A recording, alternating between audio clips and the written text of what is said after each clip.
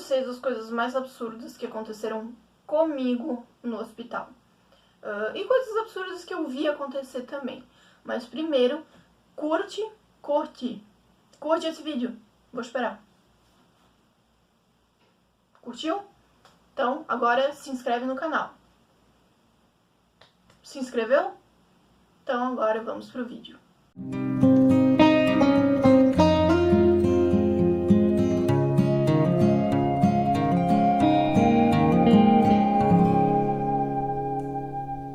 Bom, vou contar pra vocês as coisas mais absurdas que aconteceram comigo no hospital.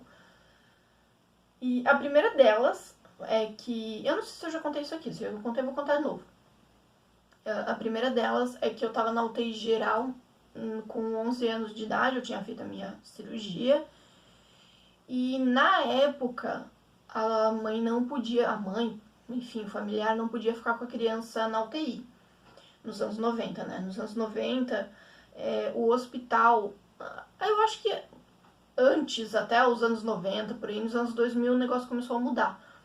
Mas antes do ECA, né, que é o Estatuto da Criança e do Adolescente, os pais não podiam ficar com as crianças na UTI.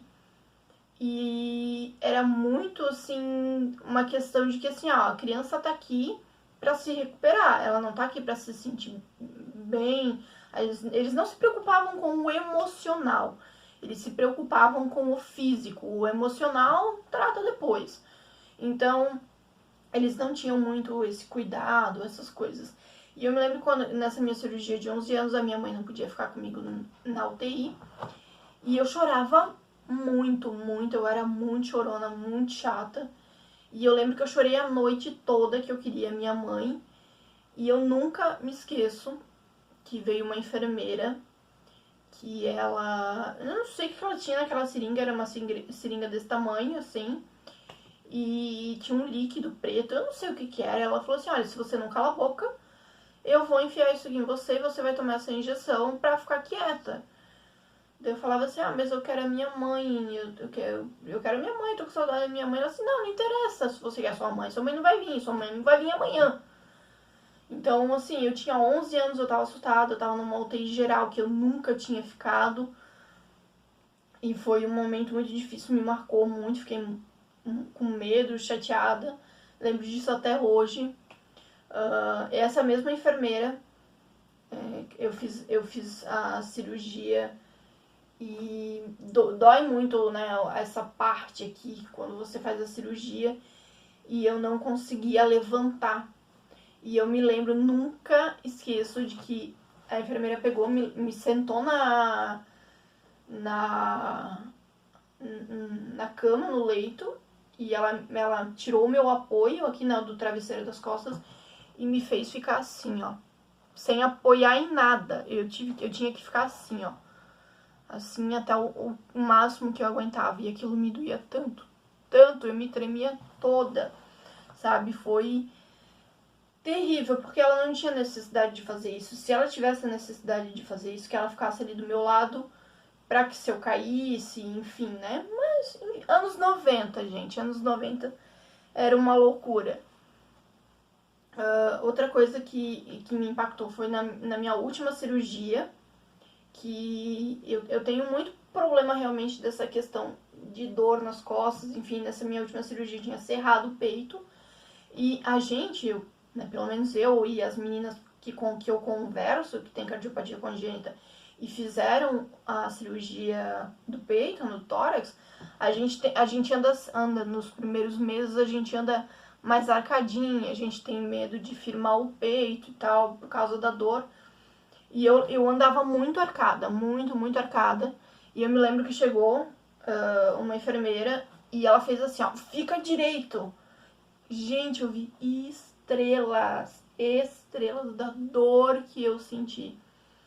E ela falou, fica direito, tu vai ficar corcunda, já tá na hora de andar direito.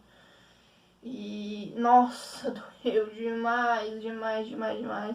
Outra situação que não havia necessidade de fazer isso, né? Porque tudo que você faz, se você fizer com amor ou com jeito, é menos dolorido o processo, né? E nessa minha última internação em 2018,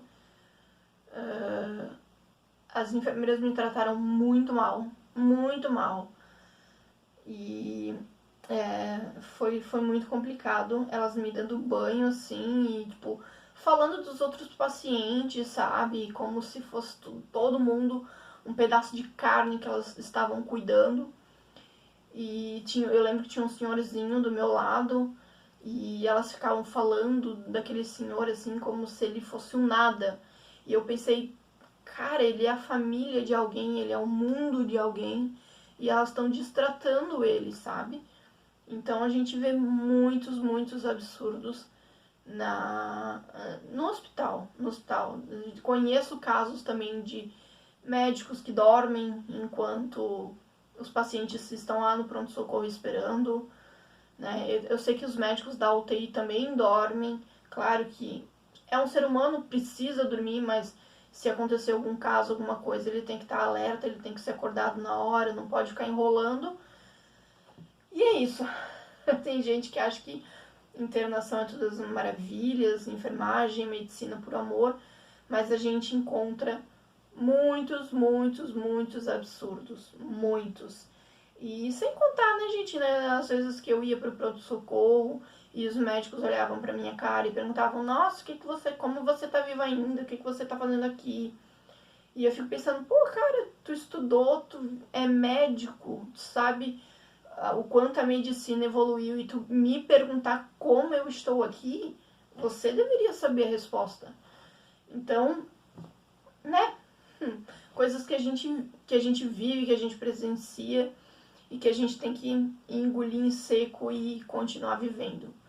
Porque, né, ser humano, né? Falta empatia em muita gente ainda. Conta aqui pra mim um absurdo que você ouviu, que você viu, que você presenciou.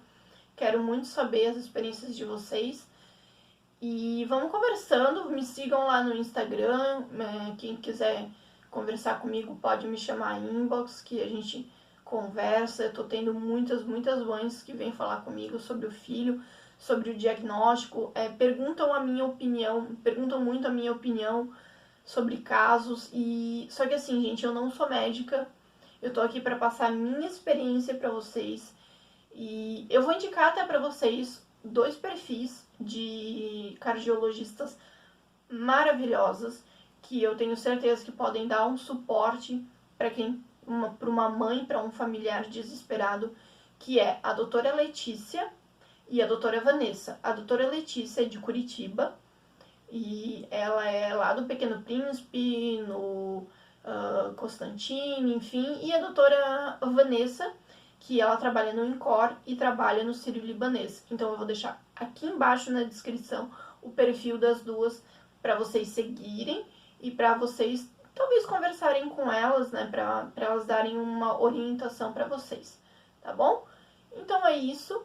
Um beijo para vocês, espero que vocês tenham gostado e até o próximo vídeo.